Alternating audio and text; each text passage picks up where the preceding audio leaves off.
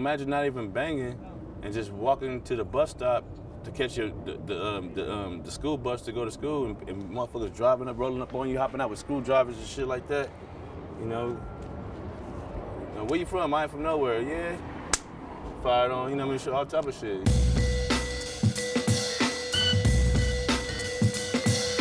One day we was just walking, and I guess they rolled up. Hey man, give me what you got. Give me your money. I'm like, damn man, we like 13. These dudes driving a car. You're driving a car, hopping on some 13. I guess we were probably tired. You know what I mean? And they hopped. I'm like, man, I ain't got nothing. I didn't even know what he was talking about. Money. I think I'm 13. Oh yeah, you ain't got. You know, and we all got punched on and shit like that. These are dudes. We 12, 13 years old getting punched on by dudes driving cars. You see what I'm saying? That we didn't bang at that time or nothing. So that's, you know, life living on the east side of shit. Motherfuckers hopping out on you with screwdrivers and all type of shit. You know what I mean? It's all, getting beat up for nothing, basically. Walk down the wrong street at the wrong time, type shit. How'd that make you feel? Shit, when I got older and started running into the motherfuckers that was doing that, it made me feel real good.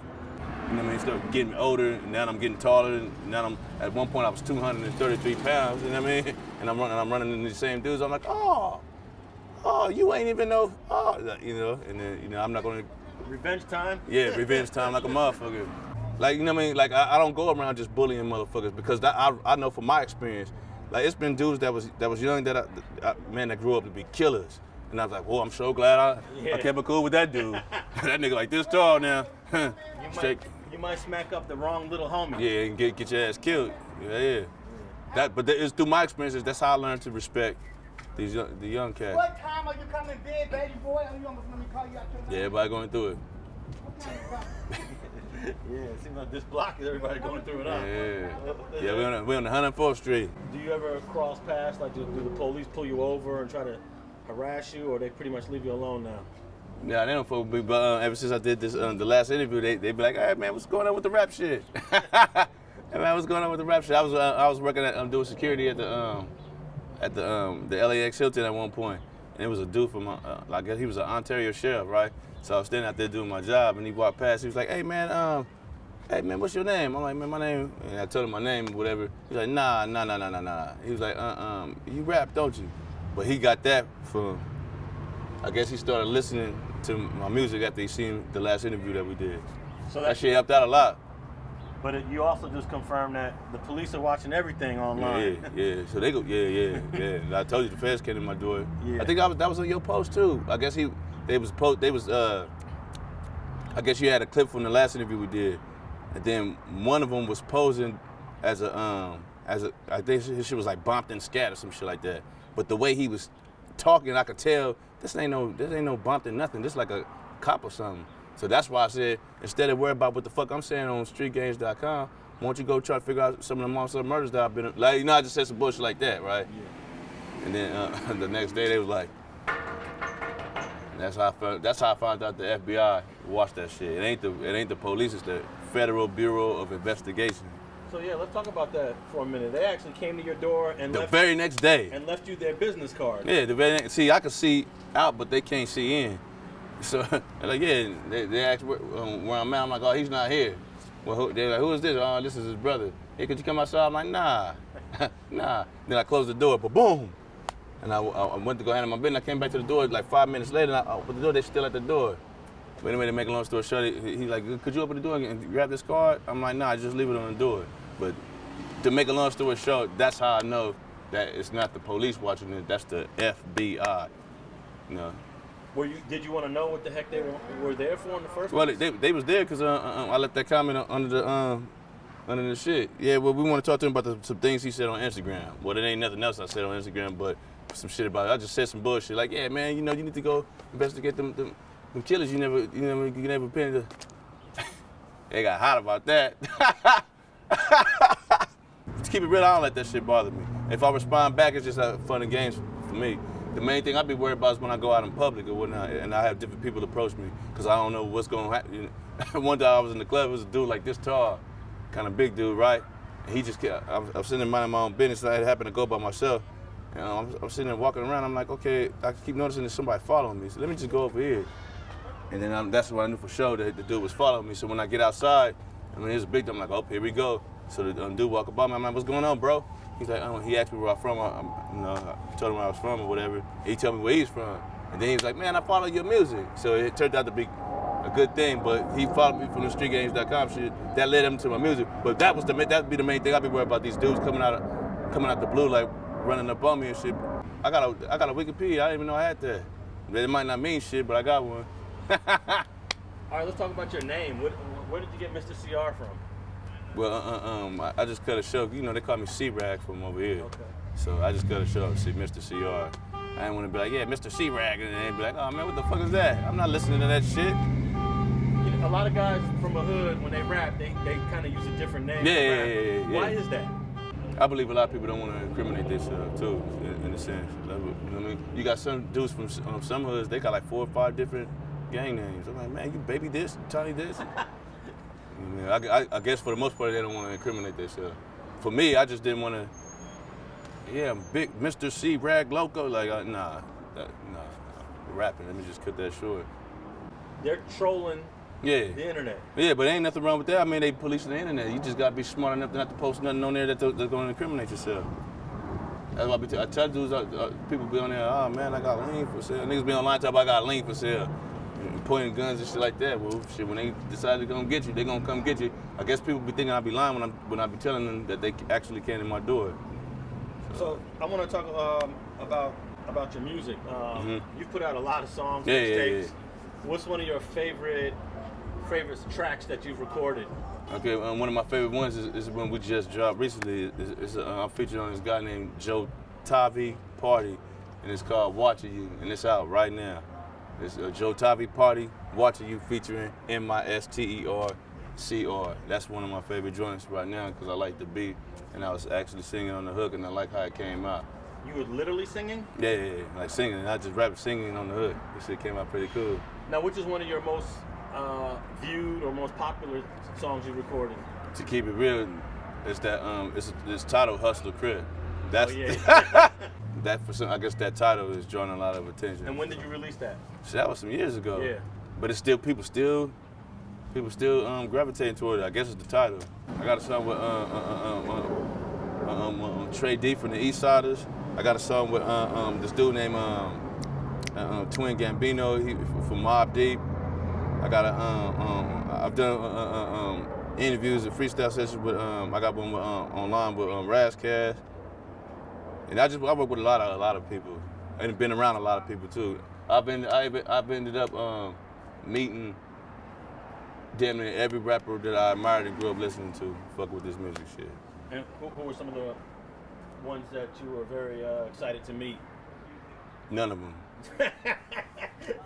Nah. I'm just fucking around. Nah, I met Corrupt in them. I met Corrupt is a cool dude though. I met Spice One. I met Dub C. Of course, I met Trey D before. He probably, but I met him before. I met everybody that I grew up listening to. I met, but the ones that was the solid ones that really seemed like they really was like Dub C, dudes like Trey D. Them was the ones that I admired. The guys that talk that shit, but then when you meet them, they like really like you're not finna just run up on this dude. Them was the guys I admire. All them other dudes, I respect the music and all that shit, but I wasn't really too excited about meeting them as much as I was excited about the ones that really seemed like solid. Booyah Tribe and shit. I met that. I ended up linking up with this producer from Virginia named Hash Beats. Through I guess he seen me on your shit, I think, and then he got at me on I guess through your interview. He started listening to my shit. Then he just hit me up on Facebook. So bam, he sent me a beat. So then I got a Trey D via Instagram. And then Trey D was like, look man, I charge this amount. But before I even talk to you about what I'm charging, let me hear the song first. So boom, he shot me the email, I sent him the song, and then he hit me back like, yeah, all right, it's a go. So I just shot him the bread, and about maybe like three days later, he shot me the song back. So I've seen him in places. Like matter of fact, he was promoting a young artist named Flames or something like that. But I seen him.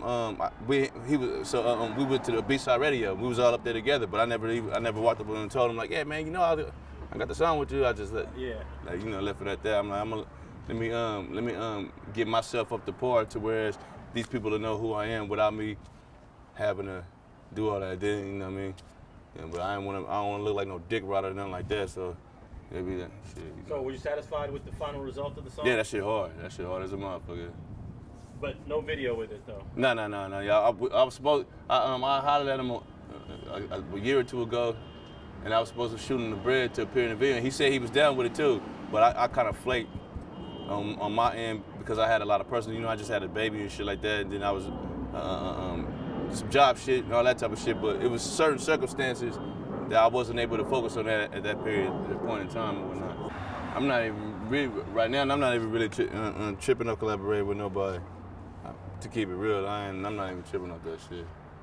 I'd rather just do my own thing and, you know what I mean, and just build my buzz up.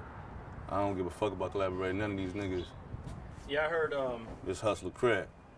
I heard Cardi B say that when she first put her mixtape out, she didn't even have no budget for collaboration. Yeah, she had no money for it. Yeah, I mean, if ain't nobody looking out, I don't give a fuck about that. Me, I don't give a fuck about it. Fuck that shit. I don't care about that shit no more. I used to care about it at one point in time, but now I don't give a fuck about it. The music gonna speak for itself. The music and how hard you grind for your shit, for your situation to pop. What's in the near future for Mr. CR? Oh man, I got some cold shit I'm about to drop. I'm still undecided as to what I'm gonna call it, but more than likely it's gonna be called the Green Tape 2. We just dropped. Me and a dude from Virginia dropped a mixtape called the Green Tape, and he kind of did pretty good. And that's the song that features the song with Trey D on it. But now we're working on the Green Tape 2. I got some shit for that. I got some cold shit for that. Now, are there Eastside Hustler sets in other cities? But they had a 161st Street in Gardena, and then I seen recently it was like a rap video with some I guess they was Eastside Hustlers, 81st Street, but nobody really know who they are. But they in Colorado, but then the niggas that we actually talked to is from Lakewood, Washington Hustlers. So Lakewood, I think they Lakewood Hustler Crip or whatnot. Now, if I went up to Lakewood, Washington, and interviewed these dudes and put it on my channel, a lot of people would be like, "Oh, they fake." No. You know what I'm saying? No. They've been around. What's your whole view of that? No. We got some homies from out here that went out there to go fuck with them. I just haven't did it yet. You know what I mean? But we got homies from out here that actually went to go fuck with the Lakewood Hustlers, and they're like, "Oh yeah, it's official." So anytime you want to go to Lakewood, Washington, they probably roll out the red carpet for you. Yeah, well, you know, they treated the homie pretty good, you know. So he said it was green. He said them niggas wasn't no marks or nothing like that. So, we respect it. I respect it like a motherfucker. What's your view of just people cripping in other cities and other states where cripping isn't indigenous to those areas? I'm like this. If you cripping in another city or another state, whatever hood you claiming, like if you claiming an LA hood, I mean, I feel like it's just like the thing we was talking about with the Muslim. You gotta come to Mecca, man, make the pilgrimage. If this was New York or Alabama or anywhere right now, and I'm like, I'm from Eastside Hustlers, I'm gonna make it a point. I'm finna get in contact with a nigga from LA, and I swear I'm coming out there. I found out about the Lakewood Washington Hustler Crip. Now I'm finna go out there. The Hummin' already went out there. But I'm trying to, like, as a gang member, you should want to explore. You know what I mean? Oh, we got homies representing, especially, you know, if I'm there. Period. That's my point. I'm there. But what about not every Muslim can make it to Mecca, even though you're supposed to do it once in your lifetime. Well. Not everyone makes it, and I can understand not every kid from Paducah, Kentucky is gonna make it to Compton or the East Side. Well, I mean, tough luck, buddy. Shit, fuck that. You go back. You claiming Eastside Hustlers, Hustler Green. I mean, you gonna have to do something green, get your money up, and come to the land, man. But you don't have an objection to Eastside Hustler Crip popping up in the middle of America. I mean, I mean, if none of the homies had nothing to do with starting that shit, it's like, okay, well, what is that? And then, I mean, don't nobody know who? Because you know you got to. Nobody know who is this? What did y'all? None of y'all coming to fuck with the homies? We get. They might watch this video and be like, you know what? I'm about to start the same hood. Yeah. Hey, matter of fact, since the last interview, it's been a couple of people hit me up like, "Hey man, I want to come over here and get put on." I'm like, I just be like, "Look, bro, you don't even want to even do that, bro." I get the same thing. I get emails saying, "Alex, I want to join a gang. Can you tell me which is the best one to join?" Stupid shit. Stupid motherfucker. I told a motherfucker, man, just go live your life. It ain't. Everybody's life is written in a different way. You know what I mean? If you not, it's just not meant for you. You know what I mean? We all around here. Some of us, a lot of us, not here by choice. This is just, it just was written for motherfuckers. You know what I mean? Thanks for watching StreetGangs.com. Please like and share the video you just watched and leave a comment below to tell us what you think. You can also watch 2 of our previous episodes to the right. Please visit the link to our Patreon page and support our campaign. And don't forget to subscribe.